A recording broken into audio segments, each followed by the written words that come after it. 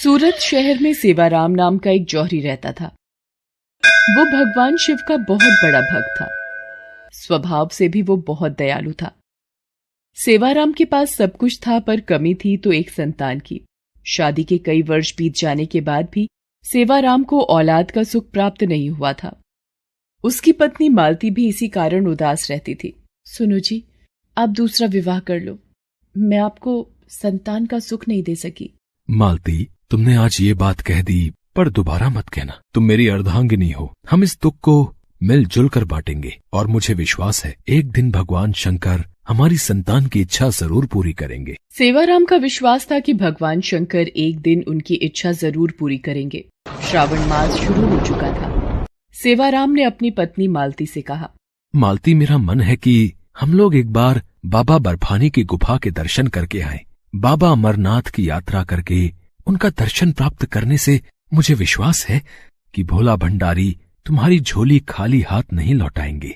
हम अमरनाथ की यात्रा पर चलते हैं। ठीक है जी, मैं जाने की तैयारी कर लेती हूँ। सेवाराम और उसकी पत्नी अमरनाथ की यात्रा के लिए निकल पड़ते हैं। रास्ते में जगह जगह वो दान पुण्य करते हुए जाते हैं। बाबा अमरनाथ की यात्रा के रास्ते में जितनी भी लंगर कमेटियां दिखती हैं, सेवाराम वहां यात्रियों की सहायता के लिए किए जाने वाले इंतजामों में अपनी मदद देता है, खूब दान करता है। उसे सच्ची भक्ति थी कि बाबा भोलेनाथ उसे खाली हाथ नहीं लौटाएंगे। ओम नमः शिवाय का जाप करते हुए वो अमरनाथ पहुंचते हैं।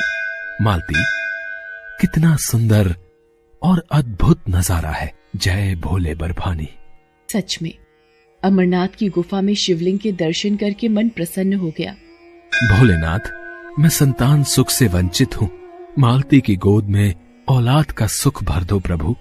मैं बड़े विश्वास के साथ आपके दर्शनों को आई हूँ। भोले बाबा, मेरी सोनी गोद भर दो। हे भोलेनाथ, आप अपने परम भक्त की संतान प्राप्ति की इच्छा क्यों नहीं पूरी कर रहे? ये लोग सच्ची भक्ति का फल आपसे मांग रहे हैं। देवी पार्वती, मैं भी चाहता हूँ अपने भक्तों को उनकी इच्छा अनुसार वरदान देकर उनकी पूजा और विश्वास को सफल बनाऊं। पर सेवाराम को जो पुत्र प्राप्त होगा उसकी पिछले जन्म के कर्मों के कारण अल्पायु अवस्था में ही मृत्यु हो जाएगी। जो बालक जन्म लेगा, आखिर पिछले जन्म में उसने ऐसा क्या पाप किया है जो इस जन्म में छोटी आयु का योग है? तो सुनो देवी पार्वती, पिछले जन्म में ये बालक जो दोबारा जन्म लेगा डाकू मंगल था। लूटपाट करके लोगों को मार देना, यही इसका काम था। एक दिन, अरे लगता है कोई बारात जा रही है। इससे लूटने में बहुत धन की प्राप्ति होगी। रुक जाओ, बारात तभी आगे जाएगी जब ये सारी धन दौलत रुपया पैसा तुम मुझे दे दोगे। हमें जाने दो, ये तुम सब ये रख लो। मेरे इकलौते बेटे की आज शादी है, हमें जाने दो। नहीं पिताजी, इस डाकू को कुछ मत देना। ये लोग ऐसे ही भोले भाले लोगों को डरा धमकाकर लूट लेते हैं। अच्छा, तुझे मेरे से डर नहीं लगता? तो ये ले। डाकू उस व्यक्ति के इकलौते लड़के को तलवार से मार देता है। जितने भी बाराती थे वो भी बचने की कोशिश करते हैं, पर मंगल सबको मार देता है। आज जैसे तूने मेरे इकलौते बेटे को तड़पा तड़पा कर मारा है, मैं तुझे श्राप देता हूँ, तू भी ऐसे ही तड़प तड़प कर मरेगा। डाकू मंगल बारात को लूटकर सारा धन दौलत ले जाकर एक पेड़ के खोल में छिपाने लगता है। उस खोल में एक नाग रहता था। नाग डाकू मंगल के हाथ पर डस लेता है। नाग के डंक मारने से डाकू मंगल तड़पने लगता है और उसकी मृत्यु हो जाती है। देवी पार्वती, जिस बालक को डाकू मंगल ने तत्काल मृत्यु दी थी वह उस वक्त 21 वर्ष का था। इसलिए डाकू मंगल इस जन्म में मेरे भक्त सेवाराम के पुत्र के रूप में यदि जन्म लेगा तो उसकी उम्र भी 21 वर्ष ही होगी। पर भोलेनाथ, आप अपने भक्त सेवाराम को भी तो निराश नहीं कर सकते। वो आप पर पूर्ण विश्वास करके ही अमरनाथ की यात्रा पर निकला है। आप उसके विश्वास को कैसे डगमगाने दे सकते हैं प्रभु? ठीक है देवी पार्वती, मैं सेवाराम और मालती की संतान प्राप्ति की इच्छा पूरी कर देता हूँ।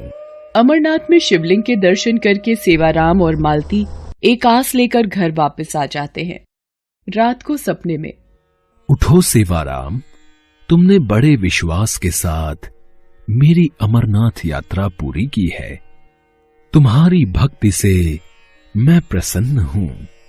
ठीक 9 महीने बाद तुम्हारी पत्नी मालती एक पुत्र को जन्म देगी, पर वह पुत्र सिर्फ 21 वर्ष तक ही जीवित रहेगा।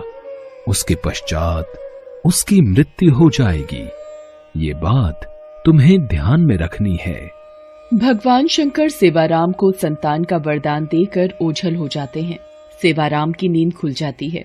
वो शिव जी द्वारा बताई गई बात को ध्यान में रखता है और बिना घबराए बस प्रभु को धन्यवाद देता है। ठीक 9 माह के पश्चात मालती एक सुंदर से पुत्र को जन्म देती है। ये देखकर सेवाराम खुशी से फूला नहीं समाता। भगवान भोलेनाथ का वरदान है मेरा बच्चा, इसलिए इसका नाम भोला रखेंगे। मेरा प्यारा बेटा, मेरा भोला। धीरे धीरे भोला बड़ा होने लगता है। सेवाराम बचपन से ही भोला के मन में शिव भक्ति की लगन पैदा करता है। एक दिन शिव मंदिर में, भोला, तुम्हें एक बात हमेशा याद रखनी है कि तुम्हें हर पल ओम नमः शिवाय मंत्र का जाप करना है। ठीक है पिताजी, मैं अब से ऐसा ही करूंगा। भोला हमेशा ओम नमः शिवाय मंत्र का ही जाप करता था। सेवाराम भोला के हाथों से खूब दान पुण्य करवाता, भूखों को भोजन करवाता। उसने भोला को शिव के सभी मंदिरों और धाम की यात्रा भी कराई। धीरे धीरे 21 वर्ष पूरे होने वाले थे। एक दिन, सुनो जी, आप भोला को भैया के साथ कहाँ भेज रहे हो? वो भी 1 माह के लिए? मैं अपने बच्चे के बिना कैसे रहूंगी?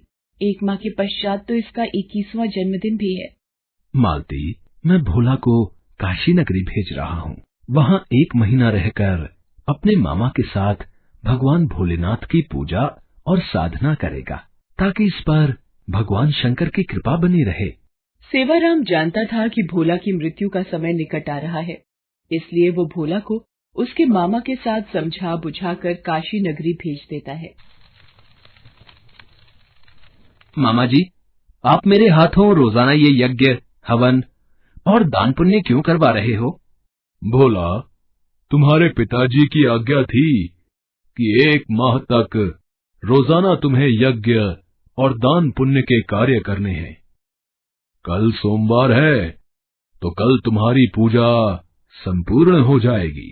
भोला की मृत्यु का केवल एक ही दिन शेष रह गया था। उस दिन सावन का आखिरी सोमवार था। भोला पूरा दिन शिवलिंग की पूजा अर्चना करता रहा। अचानक वो अपने मामा से बोला, मामा जी, मेरी तबीयत कुछ ठीक नहीं लग रही। मैं कुछ देर विश्राम करना चाहता हूँ। ठीक है भोला, तुम चलकर कक्ष में थोड़ी देर आराम कर लो। जैसे ही भोला कक्ष में आराम करने के लिए पहुंचता है तो चक्कर खाकर गिर जाता है और उसकी मृत्यु हो जाती है। भोला का मामा रोने लगता है। भोला मेरे भांजे, मेरे बच्चे, अरे उठ, अरे ये अचानक तुझे क्या हो गया? तो कुछ बोल क्यों नहीं रहा? प्रभु, भोला ने इस जन्म में आपकी भक्ति के सिवा कुछ नहीं किया। वो जब से धरती पर गया है, आपकी ही पूजा भक्ति की है। फिर तो उसके पिछले जन्म के बुरे कर्म इस जन्म में मिट जाने चाहिए। आपके श्रावण मास के माह में उसने इतने यज्ञ और दान पुण्य किए। अपने पिता सेवाराम की आज्ञा का पालन करते हुए उसने सिर्फ अच्छे कर्म किए हैं। क्या अब भी आप इसकी आयु के संकट को दूर नहीं करेंगे? मैं जानता हूँ देवी, भोला ने इस जन्म में मेरी बहुत भक्ति की है, इसलिए मैं इस जन्म में इसका भाग्य बदलकर इसे लंबी आयु प्रदान करता हूँ। उठो भोला, उठो। भोला एकदम उठकर बैठ जाता है, जैसे उसे किसी ने नींद से जगाया हो। मामा, मुझे क्या हुआ था? ऐसा लगा मानो भगवान भोलेनाथ मुझे गहरी नींद से उठाने आए थे। हे शिव शंकर, आपकी महिमा अपरंपार है। भोला अपने मामा के साथ सकुशल घर पहुंचता है और सारी बात बताता है, जिसे सुनकर सेवाराम की आंखों में आंसू भर जाते हैं। मेरे भोलेनाथ, आपकी जय हो। आपकी लीला न्यारी है प्रभु। जय भोले बाबा की। ओम नमः शिवाय। ओम नमः शिवाय।